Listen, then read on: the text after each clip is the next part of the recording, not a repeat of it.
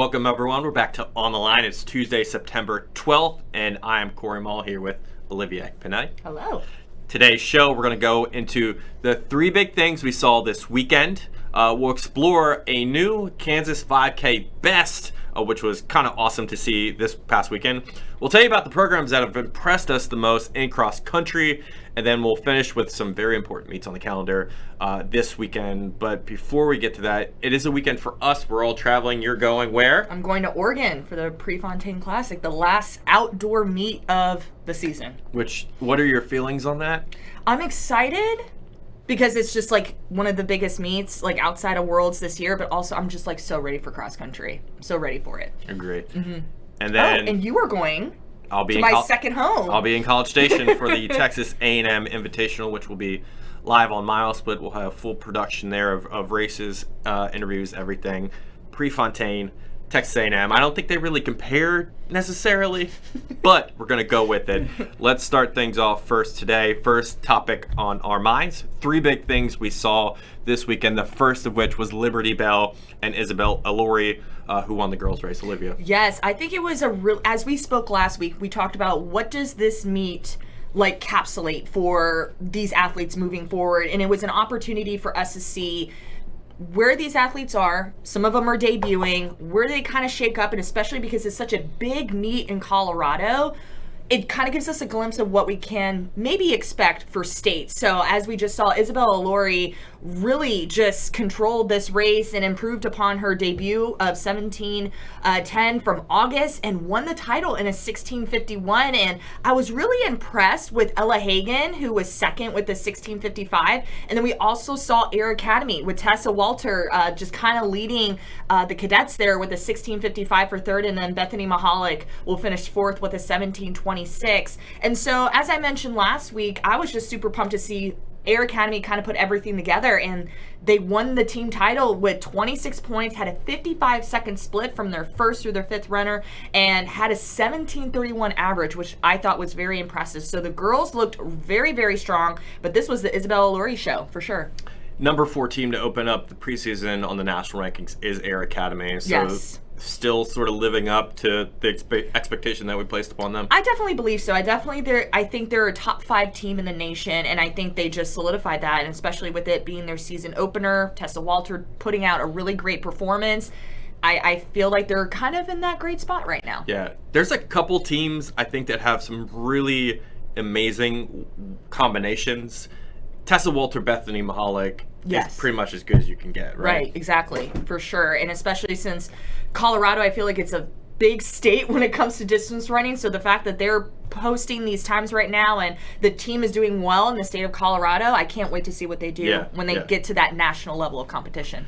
Boys side, Benjamin Anderson took the race for Mountain Vista, and an amazing performance of 14, sub 15 minutes. I mean, he really put on a display there.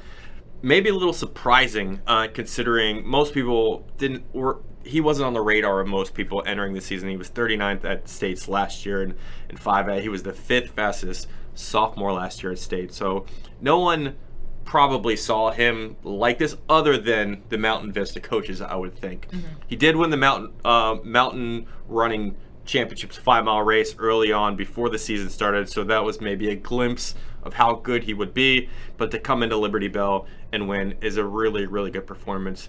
3 of the last 4 guys who have won Liberty Bell have gone on to become state championships. So Benjamin Anderson is an interesting athlete because where does he go from here? He obviously puts himself in the position to be a contender. Cross country is unpredictable, but I think he definitely is there. Yeah. It'll be interesting to see how other people respond to this because there were some names that we saw in 5A that should factor in. You know, we talked about Dan Ike last week. Dadendorfer is also in play there. So Anderson, I think, right now has kind of elevated himself up to number 1 with this win. We'll see where it goes. And then on the team front, Classical Academy, 3A team, small school out of Colorado, wins the boys championship with a 15:38 average. Really impressive from them because usually the big teams come away with performances there. Thunder Ridge was second here, but Classical Academy, 11th at NXR Southwest last year. They were 3A champions, but are they in a position now where they can challenge at the regional level? I was just about to ask you that question. Do you think they can? I think so. I mean, with the early performance like this, it's always just an early glimpse. And, Right. you never know how the season plays out. They, as they go through the early season, they're going to get some invitationals under their belts, and those will be very important to compete outside 3A. Once they get into the postseason, it's about winning. But you really have to sort of test yourself early on to make sure you are ready for the region. So a lot of work has to come early on. Do your work in the postseason and then get to that regional level. It's going to be really tough because Southwest is filled with teams that are awesome. Harriman, Niwot, Mountain Vista is going to come back. I mean, there's a lot of teams that are going to present themselves at that regional level. Yeah. Classic, the top Colorado team last year in the Southwest was Mountain Vista, who finished 4th. So I don't know. I think Classical sort of has moved themselves up, but where they go from here is all up to them. Second storyline here, 2 of Oregon's best teams lined up this weekend. Actually, a boys and girls team by the name of Jesuit, and they won the Ash Creek XC Invitational. Thoughts? I think this was such a great performance for both the Jesuit boys and girls, and they're ranked in our top MileSplit 50. Just looking on the boys' side, they're ranked number 20. On the girls, they're ranked number 12. The boys scored 26 points. The girls scored 40. So they looked very strong. I was just really impressed with Caden Swatson, who won the title in 1530, and the Crusaders placed, this is what's interesting, took their top 5 boys and they finished in the top 8 places, and then their top 7 was in the top 15. So with Jesuit, the second ranked Oregon team on the MileSplit 50 rankings behind Crater, who is number 2 in 2023, posted a 1543 average speed rating with a 26-second spread. So Cory, why do you think all of this information just matters at this point of the year? I think Ash Creek's an entry point for Jesuit. So as I said earlier, it gives a small little indication. I think there's a lot of room for growth for Jesuit. It's important because it's their first race this season. If we look at the average, 1543, good start. Last year they finished with a 1509 average. So they're going to get better. They're going to race faster courses. They lost a lot of seniors last year, so Swanson is a guy that needs to step up and be a leader.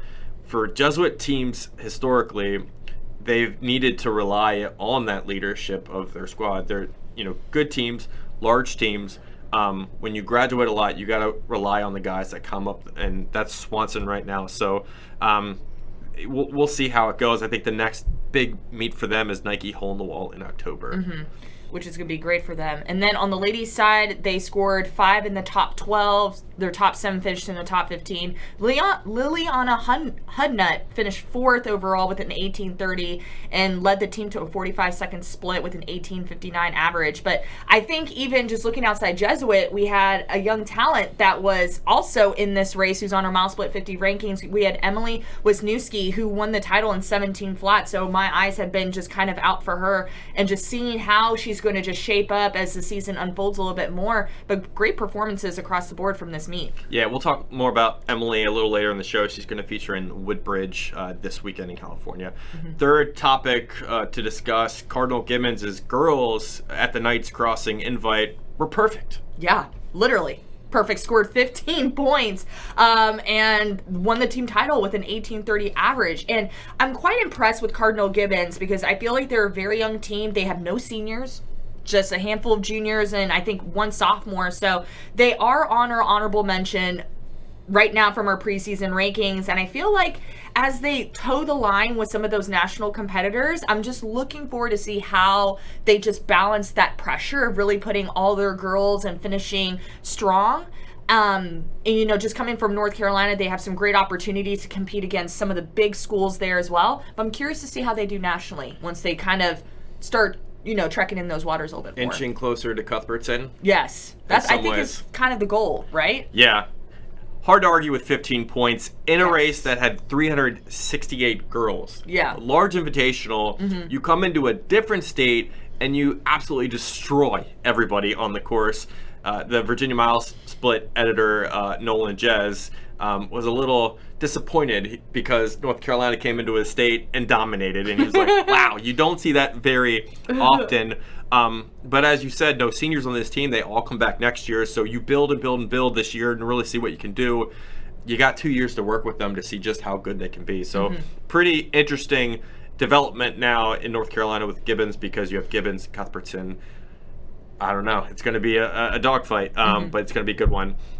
All right, let's move to our next topic here, and that's Newbury Park in 2023. Different team. The superstars have left. The coaches have left. Yeah. It's like a whole new clean slate right now. So how do you see Newbury Park this fall? Oh, gosh. I think that's a very interesting question. I feel like when we think of the team of Newbury Park, what comes to mind is you have Aaron Solomon, you have the Young brothers.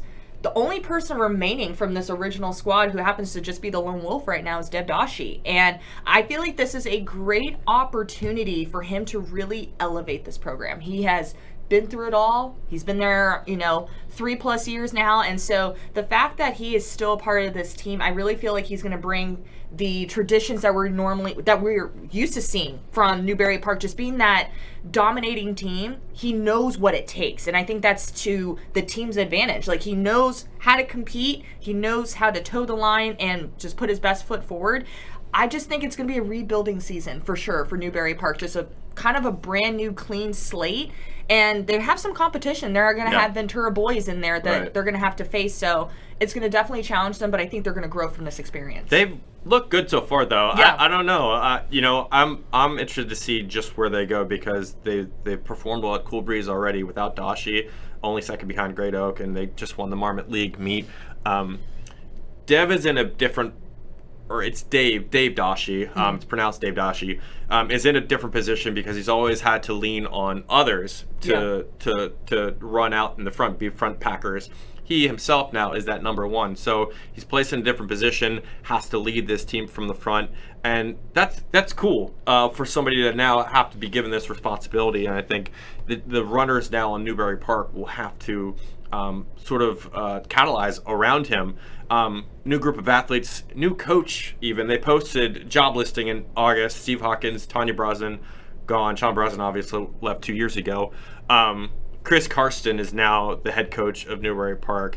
And I think, going from the best team ever to now, just a team looking to find its identity is a really interesting question to tackle, because, what remains from last year and the year before? Is there any training? Is there any training philosophies or standpoints or goals even? I mean, what's carrying over from those past years into today? Are you gonna kind of live in the past a little bit, or are you trying to develop something new? And that's something they might have to tackle, being a team that has automatically gone from one wavelength to the next. So Newbury Park is a really, really compelling team to watch this year, because I don't think they're out of the discussion yet. We'll see how they go. Dashi obviously is their number one, and we wish them best of luck as they push forward. Woodbridge next for them, and many others. All right, next topic here is the Kansas State 5K best. No records in cross country. Every course is different, so we're going to call it a 5K best in Kansas, and that went down this weekend by whom? Goodness gracious, let's talk about Clay Shively, the guy of the meet, and he ran a very tactical race, won the title with a 14:42 to set a new personal best by 5 seconds, broke the Kansas State best time, Kansas soil best, all in one race. And so we had a chance to chat with him after the race. In his post-race interview, he mentioned just kind of the race strategy. He decided to sit back. He felt like he was in a perfect position 1.5 miles in. He then challenged for a second, then went for the lead. He felt good all the way through the close, and he felt like he had a little bit more left in him. But he said ultimately he went there and wanted to have fun, and he even said a really big goal, like he's going after a national title at NXN. And so I think him having this race, especially having a 5-second performance and even kind of pulling himself a little bit back and kind of working the field tactically, I think that's a smart way of kind of approaching this race. And it gave him an opportunity to learn and just have some knowledge about himself. But just a great run for him. Andrew Hauser was second with a 14:48, and then Micah Blomker was third with a 14:51, and I was quite impressed to see 3 boys under 15. Yeah, awesome result for all those guys. Hauser obviously coming from Rockbridge, which won the meet too. Hauser's going to have a good season. For Shively, pretty promising. We put him at Yes. number 4 in the national rankings. I know in a couple different lists he's been sort of a little bit higher, a little bit mid-pack. But we kind of put a bet on Clay Shively that he was going to be phenomenal this year. Yeah. And he ended up kind of verifying that performance right there with a 14.42. That automatically, I think, solidifies him as a national contender. You know, part of the question mark with somebody like him is obviously he's great in track. He's run 151, 401, 850, but does that translate to cross country? Yeah. That's a good question. Doesn't always transfer Right. directly, but I think he went out there and proved that he's no joke. And the one thing about Clay that I think is different, and which is why I think we put so much stock in him, is because in June, our recruiting reporter Tim Casey wrote a story about the NAU signees. Clay Shively is an NAU commit, and he talked to Clay, and Clay talked about his passion for running in the lead up through his career. You know, as a freshman, he watched the NAU documentary, and he got inspired by it. He researched Jim Ryan's records in Kansas and was kind of consumed by that. He even went to the NCAA XC championships this past fall just as a spectator. That's the kind of person that really loves the sport. And off the track, it's not, he really wants more, but he soaks it in. So that's the kind of athlete I think every coach wants, and it's the kind of athlete that typically performs, tries to get themselves to the next level, and then performs. So I think, right. What are your thoughts on that? Yeah, I totally agree. And I feel like you talked about translation, and I feel like there's another young talent that I feel like is kind of similar on the women's side, Jane Hedegren. Like, she just had a phenomenal outdoor season, really posted some really great marks. The big question is, can she translate that to the course? And not necessarily it does for every athlete, but when you see those marks coming into the outdoor season, like, you just feel like it can happen. You see that they're posting these really fast times, they're strong, they're healthy, and of course you're thinking mentally, like, this gives that athlete that next level of confidence to just go out there and continue to do amazing things. And so I think it's great that what we saw from Clay Shively in these group of gentlemen at this race, that we're starting to see somewhat of that translation from the track to the course. And again, it's still very early in the season, but I'm liking what I'm seeing so far. Yeah. Awesome stuff. We'll talk about Jane a In a little later bit, in the show yes. too. But next up, which program has impressed us the most this season and why? And I feel like we've already spoke about Cardinal Gibbons, but I feel like this really answers this question. They have really impressed me already this season. We've already discussed like what they broke down and what they did at the Knights Crossing Cross Country Invitational, literally having a perfect score and winning the title. And again, such a young team. 4 juniors, 1 sophomore. Hannah Ray Schaefer is kind of leading this team from the front. She clocked a 17:45 and was the only girl to break 18 minutes for 5K on that course. But she is just surrounded by a lot of talent that were able to finish pretty much within the same minute as her. And I feel like as the Cardinal Gibbons team gets stronger and faster and starts really competing against the best of the best in the state and also in the nation, I really think that they can surprise a lot of people. So the fact that at the Knights Crossing Cross Country Invitational, they were able to put out the performance that they did, I really feel like this is just the beginning for this team. 100% agree. And I'm going to open by saying I was raked over the coals by mispronouncing Hurricane, West Virginia during our MileSplit 50 rankings. I just got obliterated online about it. But so this one I'm going to mention is a hard pronunciation too. They're out of Iowa. Coeur d'Alene boys team coming into the season was ranked in our top 5 for the MileSplit 50. Had a lot of expectations that we placed on them, even though they did not win a state title last year in Idaho. But there were a lot of reasons why we valued what they had on the table there. And they came out September 9, earn a win at the Timberlake Farragut Invitational over 2 really good Washington programs, which are Lewis and Clark and Kemiakin. So Coeur d'Alene, I think, is a team that we will come to find is going to be really, really good in 2023. They had all the runners back from last year. They had a star runner in Max Servey-Skinner, and you have a very good average. I mean, they ran 16:06 to open up the season, which is a pretty good start, but I think we will see that time dip as the season progresses. In Idaho, they will give a run for the state championships, and then once that Northwest regional comes, hopefully they'll be in the conversation. We'll see. But I think this is a team we're looking at early on, and I think they opened with a good performance here at the Timberlake Farragut Invitational. That out of my head there is the Idaho team. You're going North Carolina. We will be on top of those storylines as they progress this season. Moving now on to the meets that are on the calendar this weekend. A familiar one to us is the Southern Showcase in Huntsville, Alabama. It takes place this Saturday at John Hunt Park. What are your thoughts? Well, we know it's a fast course. It's one of the fastest courses in America, and nearly 3,000 athletes, Cory, will be racing on that course from the 15th and the 16th. But let's kind of focus on this boys race first, because I feel like it is completely stacked. You have athletes like Jake Liebert, Ethan Edgeworth, Miles Raymer, Keegan Smith, who I feel like has just always been there since his freshman year, and the list just keeps going on and on here. I feel like my big question is how many boys will we see like really hit big marks and go sub 15? I feel like this is a very fast course. I did not look at the weather, but crossing our fingers that they have nice weather. But with the likes of Jake Liebert, who ran a 15:13 in his season debut, was fourth at this race last year, I can only imagine like how much improvement he has had since a year ago.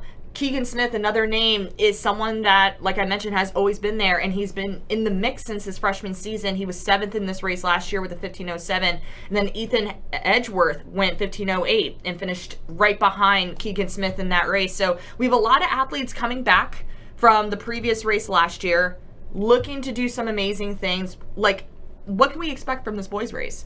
A lot. I don't think we're going to expect season best or career best here because it is September still, but it is a fast course. We'll get a couple under 15 minutes here.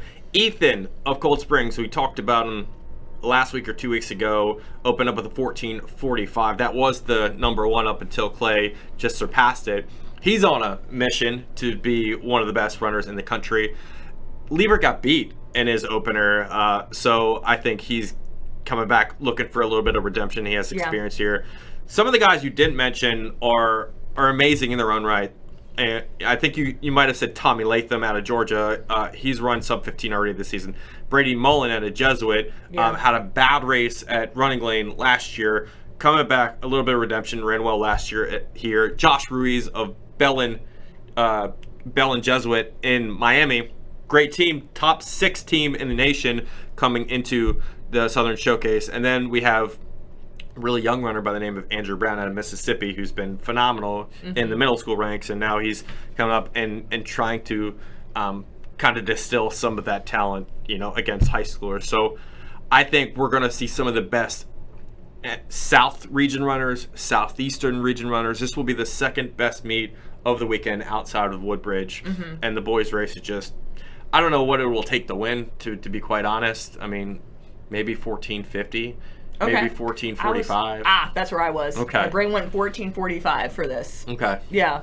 It's going to be interesting. I'm excited for that. Yeah. What about the girls? The girls, I'm excited to see Lydia Cromwell from Brentwood High School from Tennessee, one of the top returners from last year's race as well. She debuted her season with an 18:55. and an 18:21 for a 5K a week later, and then she was 11th in this race. And so just kind of looking at her resume, she's competed at Running Lane a handful of times, and so she clocked a 5K personal best of 18:05 on this course back in 2021. So I'm sure she is looking to really elevate and really get some great competition. She's going to be surrounded by the likes of Caitlin Dollar, Creekview. They're a great program as well, and Caroline Hood from Pace, and it's just going to be a great race on the girls' side as well. I think we'll learn a lot about girls in this race up at the front, because there's a lot of, I think, newcomers, at least at this level of high school running, that will perform at a pretty high level. I think we'll get a couple of them under 18 minutes, and we'll start to see just where they stack up in the southeastern region. Mm-hmm. Let's go to the Texas A&M Invitational, which is going to take place in College Station on Friday, live on MileSplit. A lot of teams are in the mix here. It's a Texas-heavy lineup. Let's go into some of the teams here. I know Wiley is obviously one of the stronger teams out of the bunch. We have Eagle Pass, Fort Worth Boswell, Houston Clear Lake, Houston Cypress Ranch, Klein, Pearland, New Braunfels, just a whole list of them. Tomball Memorial, McAllen Memorial, Any thoughts for this? It's going to be an interesting race. I'm excited for it. I'm kind of jealous that you get to go to College Station. That's like my second home. I spoke with Will Grundy, who's the Texas MileSplit editor, and he said Bridgeland is the team to look out for on the boys' side. So keep your eyes out for them. And then I just feel like the Lido girls, they come in with the 36th best team average this whole entire season across the nation, have a 1905 average. So it's going to be good to kind of see some of these top ranked teams, like based off their team averages, really get on the line and get after it. And, you know, especially in Texas, it is very hot, so they're used to that. But, you know, Pearland's also another school that has been on our radar for some time. So it's just going to be a great matchup for some team titles. Very open course from what I gathered. You know, long finish line. You think you're close, maybe not so much. I think on the boys' side, the team that stuck out to me is Wiley High School. They have been good in the state traditionally. They enter with a average of 16-12. A couple guys have broken 16 minutes for them, Caden Blitz and Nathan Moore. So probably one of the more reputable programs that are coming into this race. But early on, it's just sort of it's a rust buster for some teams still. Other teams just trying to find the rhythm, trying to find their form. So we'll get some of that from the A&M Invitational. Let's go to our last topic of the day, and that's the Woodbridge XC Classic. It's just going to be an incredible meet. Over 11,000 athletes from 460 high schools in 16 states will be in Irvine for this in California. Olivia, let's start with, just why is this important in California? Yes, this meet I feel like it has a history of bringing out the biggest performances when it comes to the team titles and individuals. Similar to how I felt last week with the Liberty Bell Invitational, it's a meet where these athletes toe the line, and it gives us a preview, and especially just thinking about Liberty Bell, where these athletes are in their training and how they're going to face athletes from their state, which is pretty much dominated by Colorado. Woodbridge, very similar, maybe even more in depth. It has so much depth when you think about the talent that we're about to see line up here. We have so many ranked teams, individuals that will compete there. It's also a very fast course. It gives these athletes an opportunity to be very competitive. Maybe get some personal best. I was going through some of the athletes that ran last year just to kind of see where they fared, and most of them had personal bests from this meet. So it's very fast and very competitive. Putting it lightly, is this meet fast? On the boys' side, we're going to break 14 minutes. That is for certain.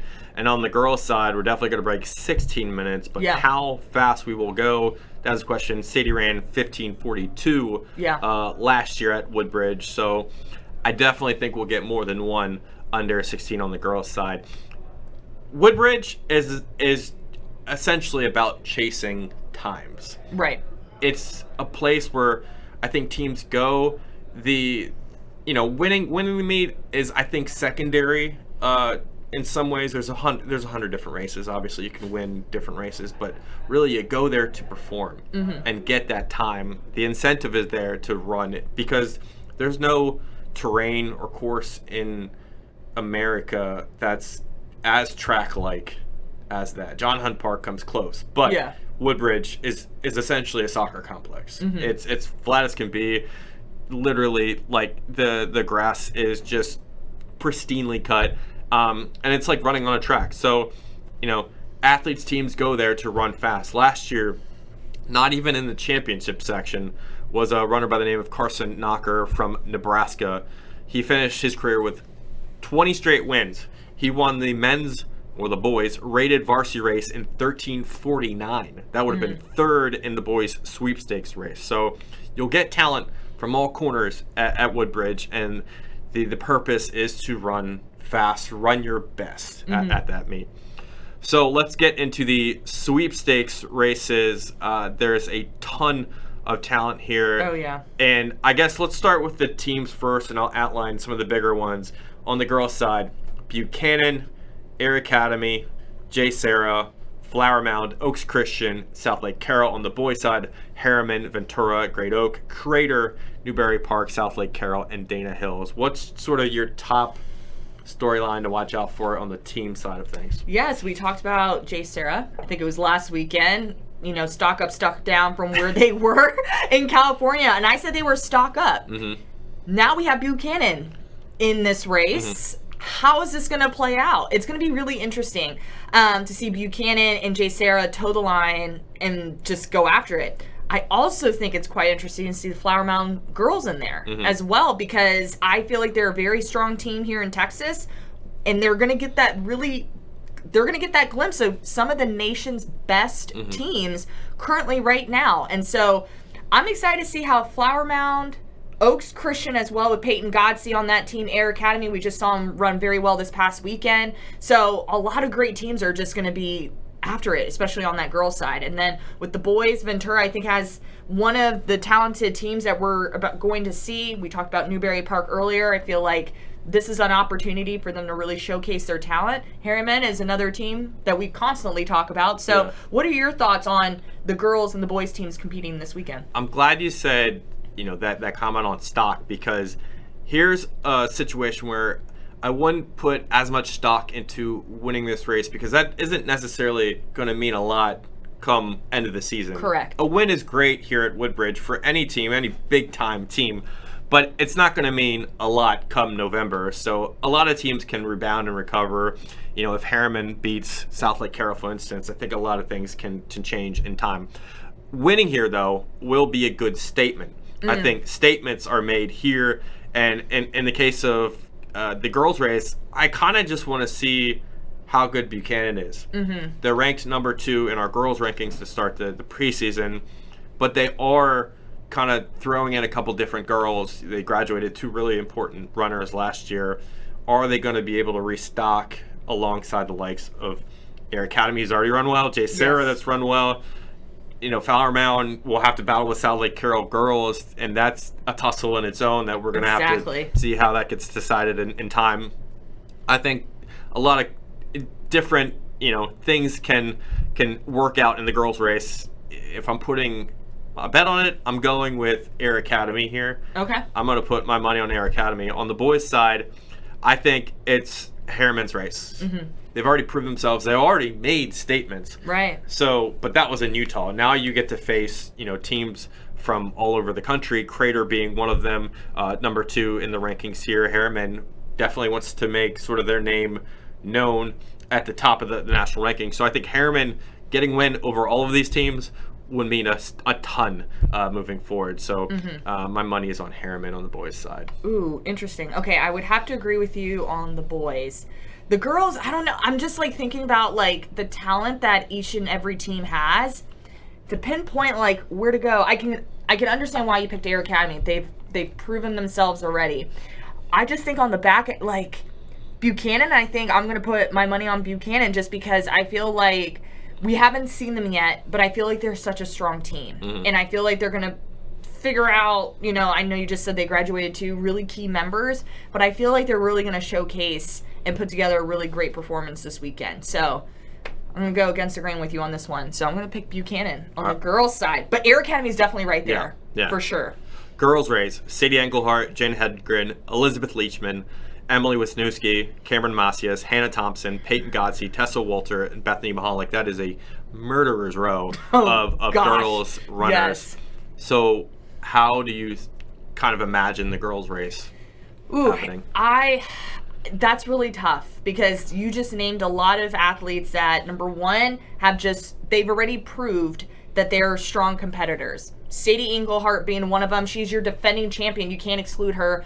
As you mentioned earlier, Cory, 15:42 to win this title last year. And I feel like after the solid performances on the track that she had in 2023, it's just kind of refreshing to see how she's going to debut. And I feel like every time that we see Sadie step onto the track or onto the course, she gives us a show. She knows how to compete. She's sharp and she's ready to go. Peyton Godsey is another individual. She was the runner-up last year. Can't exclude her. She clocked 16:25 for 3 miles last weekend. And then I think for me, the biggest person, the wild card in all of this is going to be Jane Hedegren. And the reason why I say Jane is because last year she competed in 6 cross-country races all year. So very light season for her.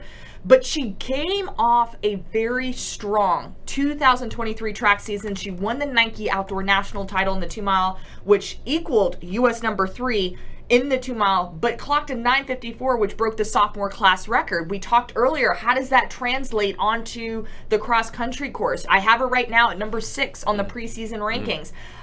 I don't want to say this is going to make or break it because it's definitely very early in the season, but this is going to give us a glimpse of just where Jane is and how her performances from the spring and from the summer are going to translate onto the cross country course. And I feel like another athlete we need to mention as well is Elizabeth Leachman. She's been in how many podcasts that we talked about her already with, and just putting out some really great performances that people I feel like are chasing right now. She's went 16:34 at the end of August and set a new personal best for 5K there, and she's been running in solo races. So the reason why I'm like excited to see Elizabeth is, how does she compete against the nation's best athletes right now, mid-September, and how is she going to just balance all of that? Because again, like you said, we're going for racing fast times, and right now she's proved that she is strong and she is fast right now, and I think it's just a great opportunity for her to just dive in kind of with, as you said, like these sharks out here, because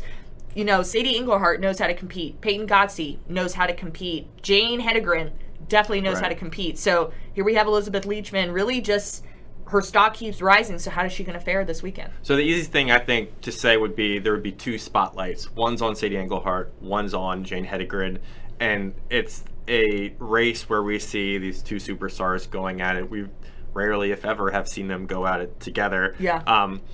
Now, there's no rivalry, but it is an interesting concept to have these 2 racing against one another, and Woodbridge is going to offer a really compelling case there. But that would disguise the third option here that you haven't mentioned yet, which quite honestly I think will win this race, and that's Hannah Thompson. Yeah. Hannah Thompson is on the same level as both runners. Yeah. And as a cross country runner, I think she might have more, rising potential here that I think could be met by the end of the season, and she certainly is a name that could end the season with a title. Opened her season 15:42 at the Lowell Invitational, and she doesn't get as much credit for what she's done. Yeah. But she enters into a race like this, I think, and this is her chance to sort of finally put the foot down and say, okay, I am here with this group, and I'm every bit as good, and I can win this race. I think it's going to be hard because these girls have all proven over time that they're amazing. Sadie's been doing it for 2 years. Jane's been doing it, as of recently. Hannah's been there. Leachman's going to come up through the wings, and I think she's going to have her time. But for me, I think this is a chance for runners like Hannah to really make their mark in a big race like this. So on the girls' side, that's what I'm watching. Let's go into the boys real quick. JoJo Jordan, Grant Morgenfeld, Josiah Tostenson, Jason Parra, William Stedman, Caden Leonard, and Dave Dashi are all considered some of the contenders here in the boys race. Yeah. How do you think this is? I was about to ask you. How do you think this is going to shake up? Well, I think Jason Parra enters as the favorite. Right. He ran 14:04 recently at Rosemont, so he's in form, and he's even talked to our California writer Tomo Chian, and he said that Woodbridge, he really wants to make his mark. He's going after some big goals this season altogether. Jason Parra is going to be a name we're going to be talking about this fall. So I think he's the favorite. But, as we looked into our national rankings, Tostenson's in the top 10. JoJo Jordan's in the top 25. Morgenfeld's definitely in the mix here. Caden Leonard's a young runner from South Lake Carroll. And Dashi, I think he breaks 15 minutes here. So I think there's a lot of talent. They're going to work off Parra, I think. If I'm Parra, maybe I lead the race and I determine basically the pace and so the tactics out front. I wouldn't be surprised if JoJo Jordan gets in the mix here. He finished 3rd at Running Lane last year. He's a very talented runner. And Tostenson, coming off the heels of Gorsey's season last year, he's got some time to grow. So I think it's Para's race to win, and then everyone else is sort of chasing him. Chasing him. Love it. Just like we're chasing the fast times. Yeah. Yeah. I can definitely see that. I'm excited to see Josiah here and how he just fares up against the talents of Para. And as you mentioned, we have a lot of individuals on their MileSplit 50 rankings who are in the top 25. So it's going to be great competition.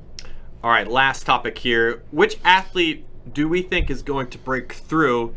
Maybe not sort of the blue chippers that we already talked about, or maybe it's among them, we just haven't really discussed them yet. What are your thoughts? Yes, I'm going to start with the boys because I feel like we talked about him earlier on the show. That's Dave Dashi, and I just know he's just had this. I feel like it's a great opportunity for him to really push through some barriers and really help Newbury Park to just like get out there. He finished 10th in 2021. He set a 14:58 personal best, and I definitely feel like he can improve on that just because he hasn't raced on this course last year. We definitely know he's stronger and faster. But on the girls' side, I think we're kind of both on the same page with this one. Emily Winooski, her 2022 season was just quite impressive. She racked up state titles.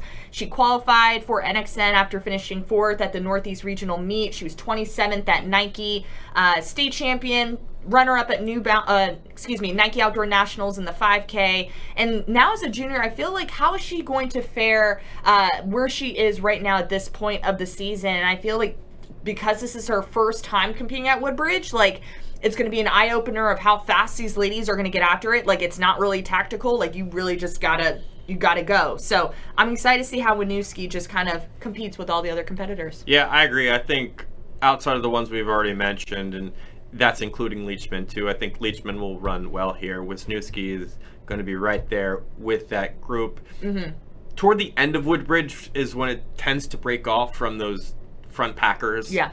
They run really fast, first mile, second mile, the pace goes, rabid.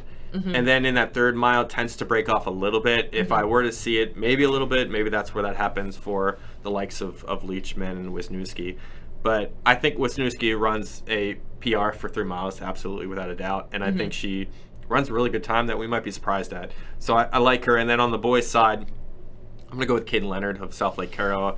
He was their top runner at States last year. He has a ton of potential, and they're counting on him more and more this year to help lead them from the front. So coach's son obviously sometimes has a lot of responsibility. You have some of that pressure, but I think he manages it well. I think his dad manages it well for him, and his team probably makes Caden just a part of the team and is not so much of that on his shoulders. But I do think he's got a lot of talent, and we could see a very fast time for Caden, who has been fast on the track, and now it's about putting that in motion here at Woodbridge. So South Lake's going to be cool to watch there. Obviously, Jason Para for the win. Yes. Who are you taking for the boys' win? Who you saying? Para. I'm going girls. Para. Oh gosh. I got to put you on the spot. I know you do. I'm going to go with the defending champ, Sadie Englehart. Okay. I'm going with Thompson. All right. Okay. So Love Thompson, Englehart, Para for the boys. Woodbridge XC Classic will have content on MileSplit National and California MileSplit. We'll have a team out there. Stay tuned for all the coverage on MileSplit. We'll have it this weekend, plus some Prefontaine stuff from Eugene. Thanks for watching. We'll be back next Tuesday.